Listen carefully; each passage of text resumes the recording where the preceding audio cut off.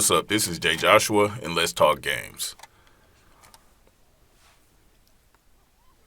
As you all know, recently, PlayStation dropped their new event, and they released a price and a bunch of games, and we got to see a bunch of gameplay, so we're just going to focus on Spiderman today, and if you want to see some breakdowns or more in-detail looks of the other games, I'll be uploading some more breakdowns soon. So if you're interested, go ahead and subscribe, and let's get into it. First thing we're going to talk about is graphics.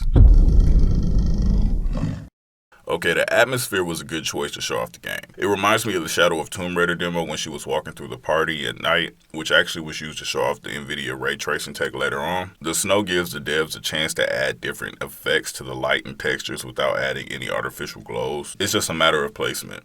And with our new antagonist, it's more about how the light they emulate bounces off everything, especially the game camera making it more like a lens for a more cinematic feel. Even the bullets bouncing off this new villain's shield has light reaction that the game camera picks up. The combination of snow, steam, fog, car exhaust, and condensation complements the dimly lit area and vice versa. It feels cold to look at, which only immerses you even more. I love how the devs added puddles at the beginning to just dead any puddle arguments, and honestly, they look amazing with the real-time reflections. It looks completely real as the light stretches across the ground. Miles doesn't need to get close to the wet ground to go from glare to reflection and glare. We see the reflections from the perspective of the camera, which almost begs you to look around more because like life, you won't catch all the details because it's too many. It's a snowy night out there in Harlem and everything is lit up by fluorescent streetlights. The ray tracing here is amazing at all times to keep the game from looking flat, which says a lot considering Spider-Man PS4 didn't look flat at all. I mean, look at how the light bounces off Miles' suit, exposing the threads, textures, the glossy finish of his goggles, and the harder parts of his costume. Same goes for his skin and the more detailed NPCs. As you can see, the dim light exposes more details like the pores and lip lines. The more you look at, the more you notice the natural shine and reflections bouncing around from different light sources on his suit.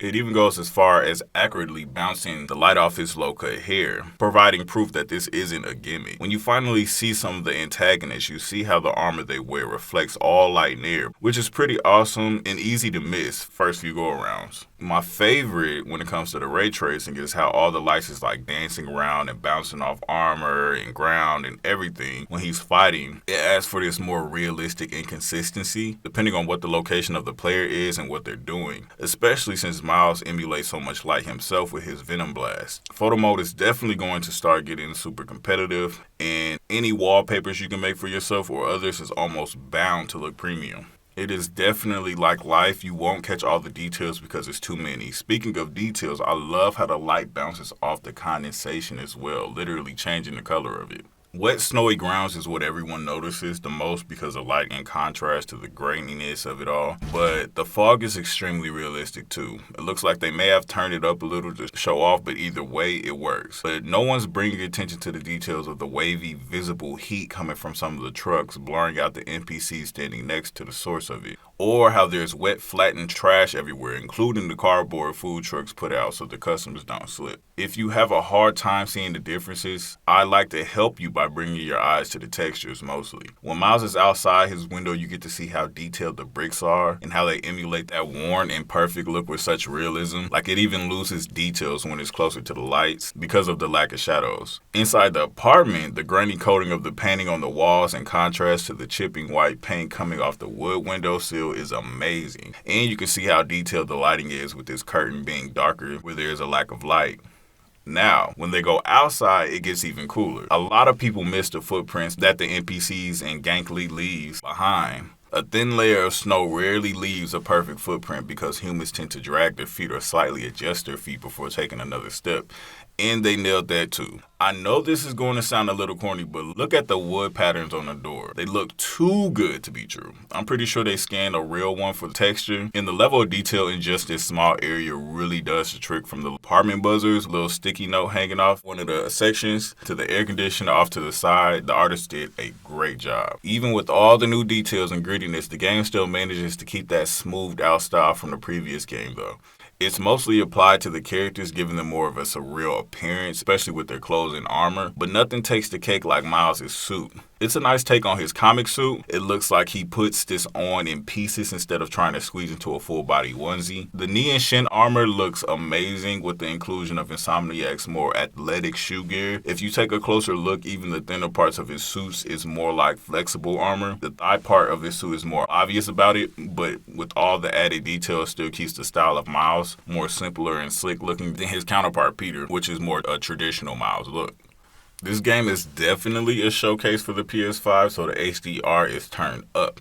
But what I like about the next gen is the dark is not too dark. It's deeper than this gen, but you can still see without the contrast making something look too lit or too dark. When Miles is somewhere that is void of light, his suit will not reflect any. It's just as simple as that. His suit loses all details in the shadows, which only complements the more stealthy approach of his character. The color of lighting is super specific, which I love, not only giving visual cues to who you're fighting, what they can do, but it just adds that little extra oomph that unknowingly will immerse you more. Like, for example, I'm from Chicago, and when you get on a bus, the lights are always this stale, foggy white color, and we see it for just a moment when Miles saves the men inside the falling bus, but ultimately, no matter what's going on screen, Insomniac is making sure nothing even appears flat. From the dim fluorescent Christmas lights at Mama Morales' event to the shadowy bridge lit by the car lights, the helicopter's moving spotlights, the enemy's lights, and the Venom Blast Miles emulates. Okay, but for the sake of not trailing on about the graphics and lighting, let's move on to gameplay. Gameplay is way more explosive with Miles' Venom Blast effects front and center. Insomniac did a great job with the fluidity of combat in Spider-Man PS4, seamlessly blending cinematic moves with live combat, but this takes it to a new level, being even harder to read without a dual sense in hand. All the cinematic moves are smooth and ironed out, but the camera adjusting itself, it only adds to the acrobatic style combat. The visual cues like someone shooting or about to strike seems to be the same, but Insomniac wasn't lying when they said they made Miles' combat style completely different from Peter's. His Venom Blast adds all types of options to his combat in contrast to Peter's more web-heavy beat-em-up approach. His ability to move and stun his enemy only makes you expect more enemies, the more powerful our protagonist gets. Peter had his ways, especially when it came to his gadget, but Miles' style makes him feel less dodge, hit, or trap and more set up in area management. I think Miles puts a bomb on one of the enemies after he zaps him with Venom Blast, but I can't exactly tell. I assume gadgets will be similar to Peter's, but the mix-up will hit a little different. Destruction-wise, I was hoping for a little more than the previous game, and I would say from the combat clip we saw, we got it in doses, with the railing on the sides of the bridge snapping as Miles blast and kick enemies into them, sending the goons flying right off the bridge, which was pretty cool. The actual cinematics for the new enemy types when they come in doesn't seem too intrusive as it does unexpected, adding to the immersiveness of it all. When it cuts back to in-game and Miles dodges the whip sword, it looks pretty cool.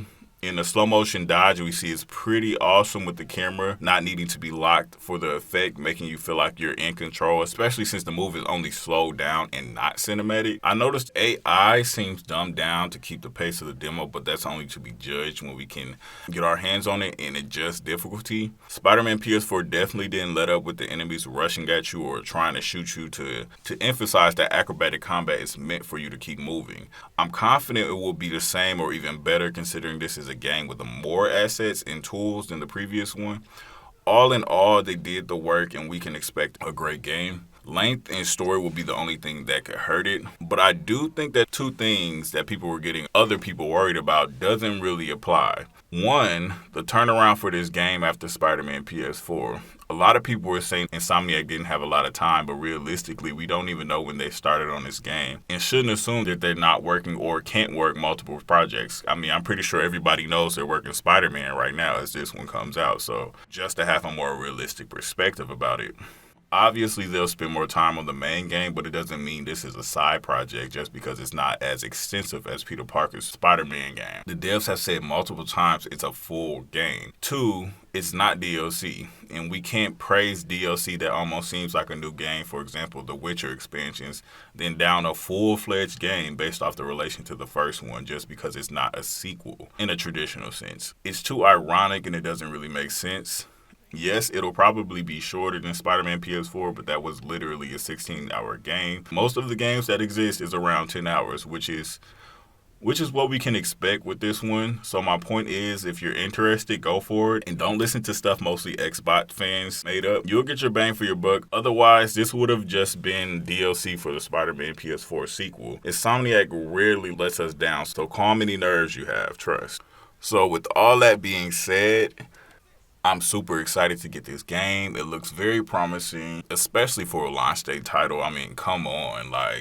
Who doesn't like Spider-Man and who doesn't like Miles Morales and who doesn't like good games? It's all there together. But that's all I got for you guys. My name is Jake Joshua. This is Panther Band Gaming. I'll be uploading 2 videos tomorrow, so come back and see. I'll be talking about the new Hogwarts game and Demon Souls, of course. So catch you on the next one.